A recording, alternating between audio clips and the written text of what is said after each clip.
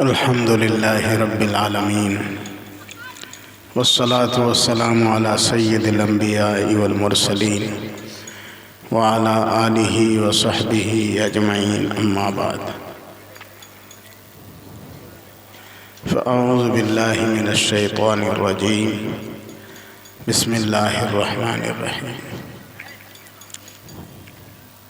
شهر رمضان الذي أنزل فيه القرآن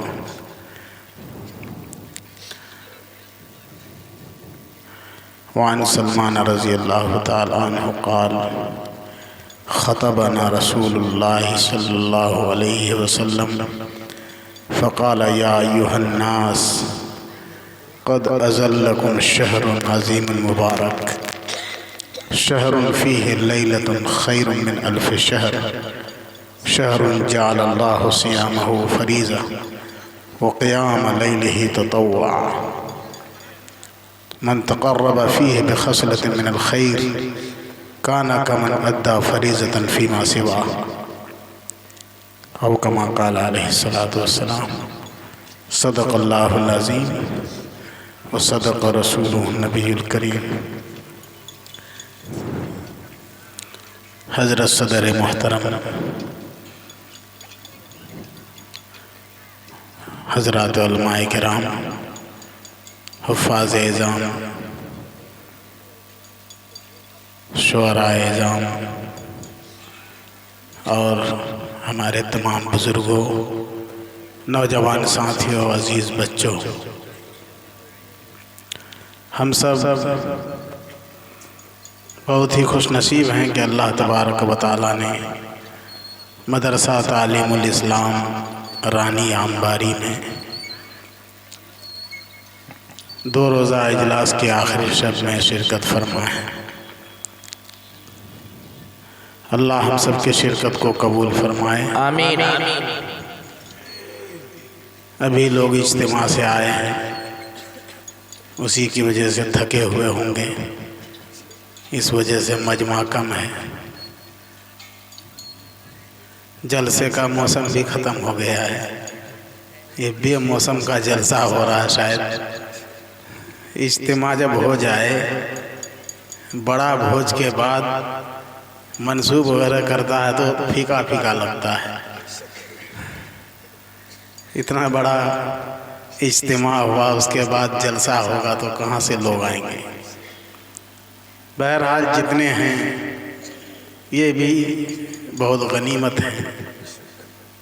اللہ کرے یہ سلسلہ جاری رہے اور بڑھتا رہے۔ حضرت مولانا اسرار الحق صاحب قاسمی رحمۃ اللہ علیہ کبھی بھی مجمع دیکھتے نہیں تھے۔ کتنے بھی لوگ ہیں، 10-20 لوگ ہیں، چلو کوئی بات نہیں، وہ اسی رو میں بیان کرتے تھے جس طرح سے 1 لاکھ کے مجمع میں بولتے تھے۔ ایک مرتبہ ہمارے یہاں تشریف لائے بوہتا، بیٹھک میں بیٹھے تھے، پھوس کا بیٹھک تھا۔ ہم نے درخواست کر دی کہ حضرت لوگ جمع ہوئے ہیں آپ کو دیکھنے کے لیے، تو 10 منٹ نصیحت فرما دیں۔ اب وہ نصیحت شروع کیے تو 40 منٹ تک بیان کرتے رہے، اور تاریخی بیان، نہ مائک نہ کچھ، ایسے ہی بیٹھے تھے کرسی پر۔ اب پورا تاریخی بیان، ایک بھی آدمی ہلنے والا نہیں۔ تو بڑوں کی بڑی بات ہوتی ہے، ایک آدمی بھی اگر ہمارے سامنے ہے تو وہ ہمارے لیے قیمتی دولت ہے کہ دین کی بات سننے والا ہے کوئی۔ اس لیے چھوٹا مجمع چھوٹا نہیں ہوتا، یہ قیمتی ہے۔ بس آپ حضرات بھی اپنے آپ کو قیمتی بنا لیں، اور جتنی دیر یہاں بیٹھے ہیں سنیں ضرور اور عمل کرنے کی کوشش کریں۔ میرے معزز بزرگوں، دوستو، میری تو طبیعت بالکل ساتھ نہیں دے رہی ہے۔ ہمارے محترم حافظ عبدالحمید صاحب جس دن سے بیچارے دعوت کر رہے ہیں اسی دن سے میں انکار کر رہا ہوں۔ پھر وہ حضرت مولانا افضال الہی صاحب دامت برکاتہم العالیہ کا حوالہ دیتے ہیں، وہ ہم سب کے سرپرست ہیں. ان حضرات کا نام آ جاتا ہے تو ہم مجبور تو ہوتے ہیں، پھر کہتے ہیں کہ ہم کیا کریں، ہم مجبور ہیں، صحت نہیں ساتھ دے رہی. بہرحال آج بھی انہوں نے یہ کہہ کر کے صرف کہا کہ حاضری دے دو، نہیں بیان کرو گے چلے گا. اب ظاہر ہے بیان کرنے کی جیسی طاقت ہونی چاہیے وہ ہے نہیں اس وقت.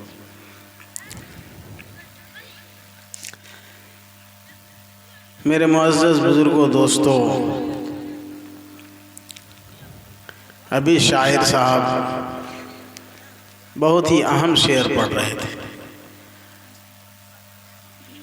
اس کے طرف بھی میرا دھیان تھوڑا سا چلا گیا، گرچہ میرا موضوع کچھ اور ہے لیکن وہ بھی اسی سے جڑا ہوا ہے. آقا نہیں تو کچھ بھی نہیں، آقا صلی اللہ علیہ وسلم کی محبت ہی سب کچھ ہے. ابھی لوگ عمرہ کرنے جا رہے تھے تو مجھ سے ملنے آئے. انہوں نے بتایا کہ کچھ نصیحت کیجیے. تو کبھی یہ بات ذہن میں نہیں آئی تھی، اچانک بات آئی.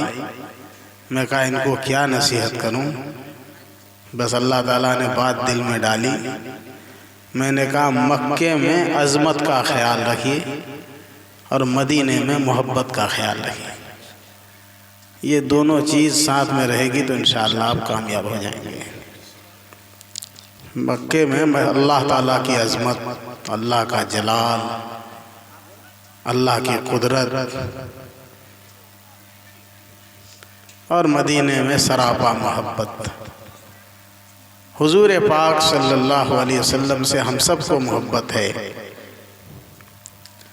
آقا صلی اللہ علیہ وسلم سے اللہ نے محبت کی، فرشتوں نے محبت کی، تمام انبیاء نے محبت کی. محبت کرتے ہیں تبھی تو امام بناتے ہیں، ان کے پیچھے نماز پڑھنا چاہتے ہیں.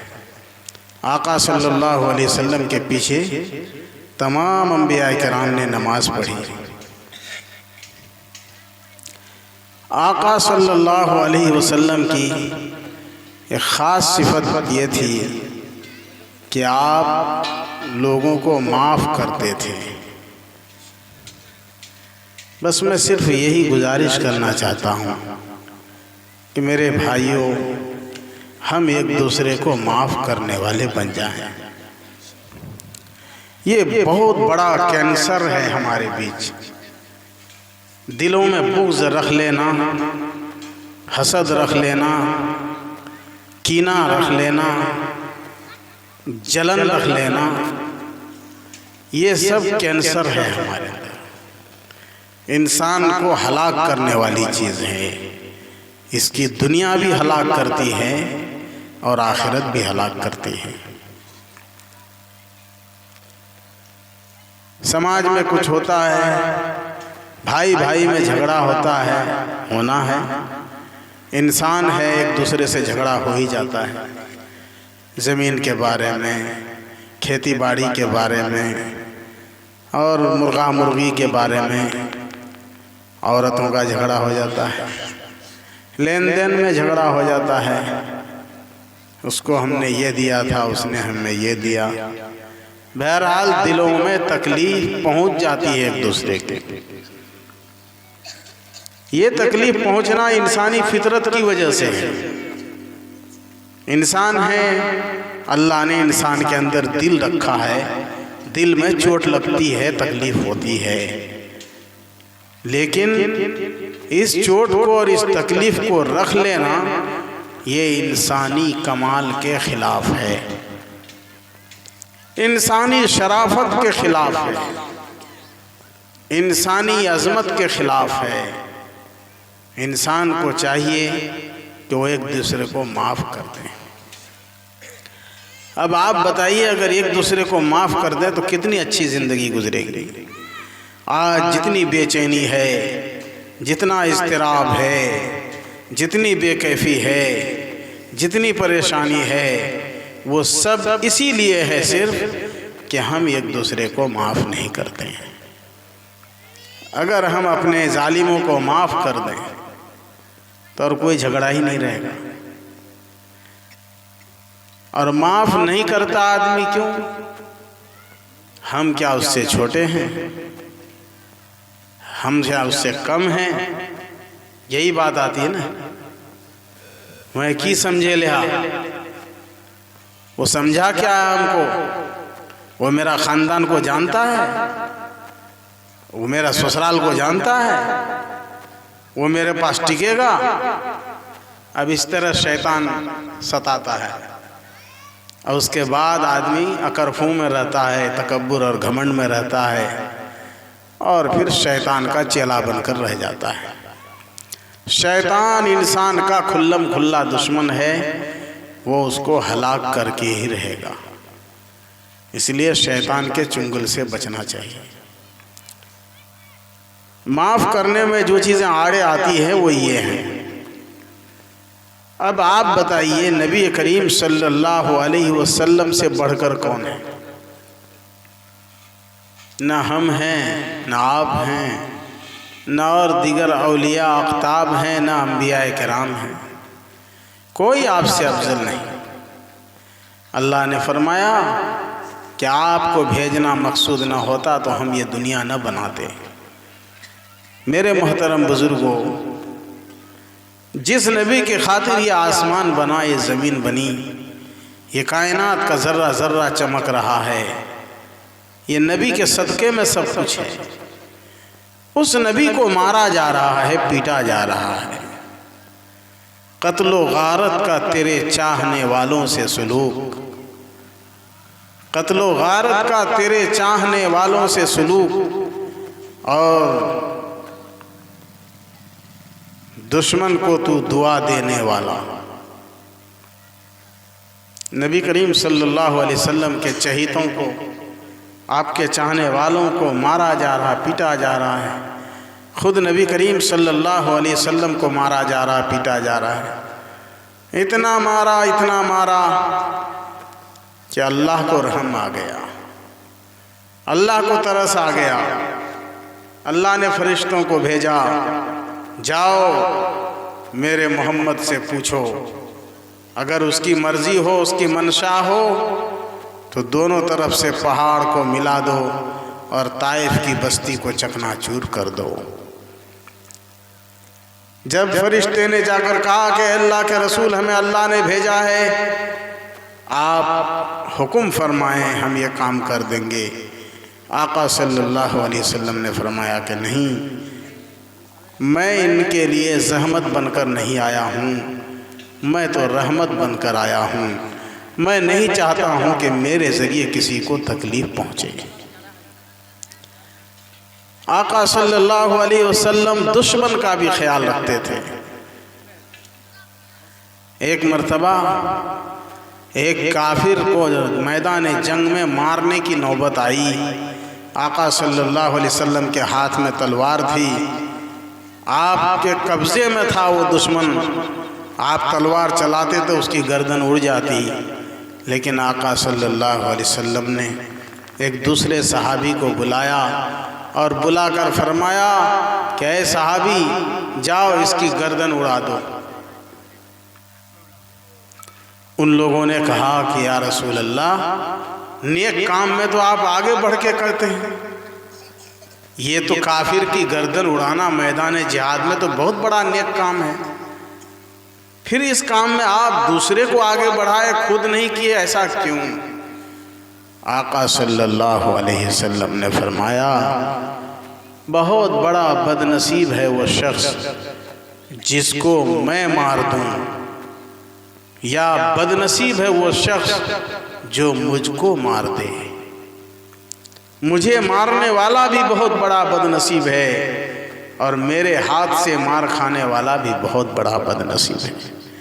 اس لیے میں نہیں چاہتا کہ یہ دشمن بد نصیب بن جائے، محروم ہو جائے، میں نہیں چاہتا۔ مرے گا تو کم از کم دوسرے کے ہاتھ سے مرے، میرے ہاتھ سے مرے گا تو بہت بڑا بد نصیب شمار ہوگا۔ میں نہیں چاہتا ہوں کہ اس دنیا میں کوئی بد نصیب شمار ہو۔ میرے بزرگوں، بھائیوں، ہمارے نبی کا یہ حال تھا کہ میدان جنگ کے دشمن کو بھی بدنصیب بنانا نہیں چاہتے، اور ہم رات دن دعا کرتے ہیں، دل میں اندر اندر خیال پکاتے ہیں کہ فلاں آدمی گر جائے، فلاں کی دولت ختم ہو جائے، فلاں کا کھیت جل جائے، فلاں کی کھیتی برباد ہو جائے، فلاں کام کر رہا ہے، اس کام میں اس کو نقصان ہو جائے، وہ گر جائے، اس کا یہ بیٹھ جائے، اس کا وہ بیٹھ جائے۔ یہ بدخواہی ہم چاہتے ہیں۔ ہم جس نبی کی امت ہیں وہ دشمن کے لیے بھی بدخواہی نہیں چاہ رہے ہیں۔ اس لیے جب نبی کریم صلی اللہ علیہ وسلم اتنے بڑے ہو کر اپنے دشمنوں کو معاف کرتے ہیں تو ہمیں بھی ایک دوسرے کو معاف کر دینا چاہیے۔ نبی کی تو گارنٹی تھی کہ جنت میں جانا ہے، اللہ کا قریبی ہیں، اللہ کے دوست ہیں اور مقصود کائنات ہیں، یہ سب کچھ معلوم تھا۔ اس کے باوجود نبی کریم صلی اللہ علیہ وسلم ایک دوسرے کو معاف کرتے ہیں۔ ہمیں تو کچھ پتہ بھی نہیں کہ ہمارا کیا حال ہوگا، ہم جو کیسے مریں گے، مرتے وقت جو ہمارا کیا حال حشر ہوگا، کوئی ٹھکانہ ہی نہیں ہے، تو ہم اتنا تکبر کرتے ہیں، اتنا ایک دوسرے کو مارنے پیٹنے کے لیے تیار رہتے ہیں اور کہتے ہیں کہ زندگی بھر اس سے بات نہیں کریں گے۔ میرے بھائیوں بزرگوں، اس مجلس میں اگر کوئی ایسا آدمی ہے جس کا اپنے بھائی سے مقاطعہ ہو گیا ہے، کٹنگ ہو گئی ہے، بھائی بھائی سے جدا ہو گئے ہیں، پڑوسی سے جدا ہو گئے ہیں، ایک دوسرے سے جھگڑا ہو گیا ہے، تو آج کی اس مجلس میں یہ طے کیجئے کہ انشاءاللہ ہم بڑا بن کر سلام کریں گے اور سلام کر کے اپنا جھگڑا مٹا دیں گے انشاءاللہ۔ آقا صلی اللہ علیہ وسلم نے فرمایا، مومن کے لیے یہ جائز نہیں ہے کہ 3 دن سے زیادہ کسی سے بائیکاٹ رکھے، 3 دن سے زیادہ بات چیت بند رکھے، 3 دن سے زیادہ کسی کے بارے میں غصہ رکھے، یہ جائز نہیں ہے۔ 3 دن کی گنجائش شریعت میں ہے کہ دل جل گیا ہے تو آپ اس جلن کا علاج 3 دن میں کر لیجئے، اللہ تعالیٰ دل کو پھر ٹھنڈا بھی کر دے گا انشاءاللہ۔ 3 دن کی اجازت ہے، 3 دن کے بعد اجازت نہیں ہے۔ اللہ تعالیٰ بھی ڈائریکٹ نہیں کہتا کہ ابھی جا کے بولو، 3 دن کی اجازت دیا ہے، چونکہ اللہ مشین بنایا ہے تو اللہ کو پتہ ہے کہ یہ مشین کتنے دن میں ٹھنڈی ہوتی ہے، اس لیے 3 دن انشاءاللہ کریں گے سب۔ میرے معزز بزرگوں، دوستو، رمضان المبارک کا مہینہ آ رہا ہے۔ رمضان المبارک کا مہینہ جب آقا صلی اللہ علیہ وسلم کے سامنے آتا تھا، رجب اور شعبان کا مہینہ ہوتا تھا تو آپ دعا کرتے تھے، اے اللہ ہمارے رجب اور شعبان میں برکت دیجیے اور ہمیں رمضان المبارک تک پہنچا دیجیے، کیونکہ رمضان باغ و بہار والا مہینہ ہے، بخششوں والا، رحمتوں والا، معافی والا مہینہ ہے۔ یہ مہینہ جس کو مل جائے گا وہ خوش نصیب ہے۔ آقا صلی اللہ علیہ وسلم اس کے لیے بے چین رہتے تھے۔ آقا کا بے چین رہنا ہم سبوں کے لیے سبق ہے کہ ہم بھی بے چین رہیں، ہم بھی رمضان کے لیے منہ اٹھا کر رہیں۔ بہت سے لوگ گھبراتے ہیں کہ او ہو رمضان آ گیا، اب روزہ رکھنا پڑے گا۔ ایسا نہیں ہونا چاہیے، منہ اٹھا کے رہنا چاہیے کہ آ رہا ہے مبارک مہینہ، اور اس مبارک مہینے کی تیاری کرنی شروع کر دینی چاہیے۔ حضرت عائشہ رضی اللہ تعالیٰ عنہ فرماتی ہیں کہ آقا صلی اللہ علیہ وسلم شعبان کے مہینے ہی میں کمر کس لیتے تھے، لنگی مضبوطی سے باندھ لیتے تھے۔ آپ لوگ، ہم لوگ جب کوئی کام کرنے جاتے ہیں، پہلے زمانے میں زیادہ ہوتا تھا،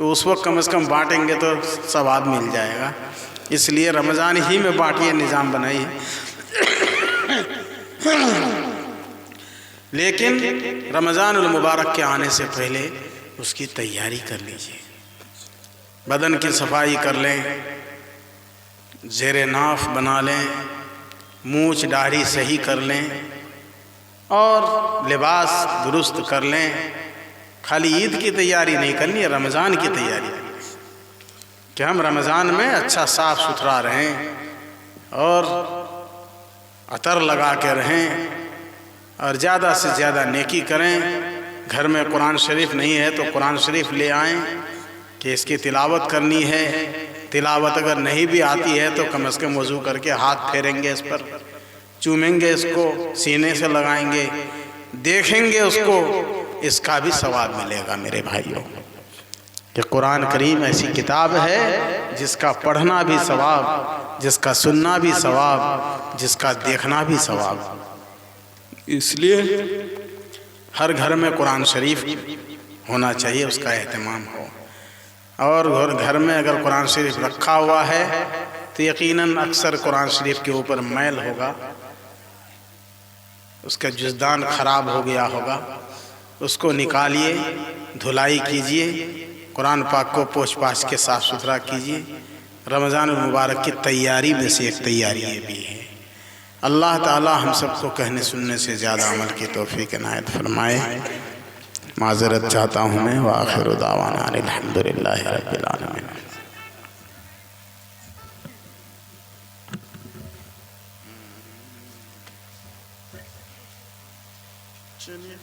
کہ وہ آئے اور نعت نبی گنگنائیں۔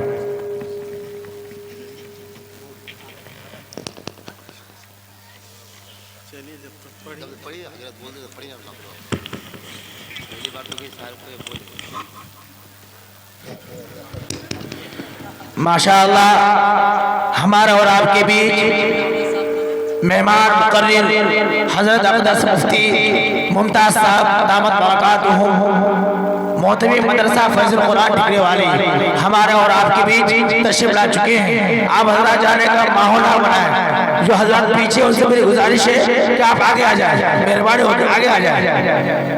جانے کا ماحول نہ بنائیں میرے دوستو، آگے آ جائیں، مہربانی ہو کے آگے آ جائیں۔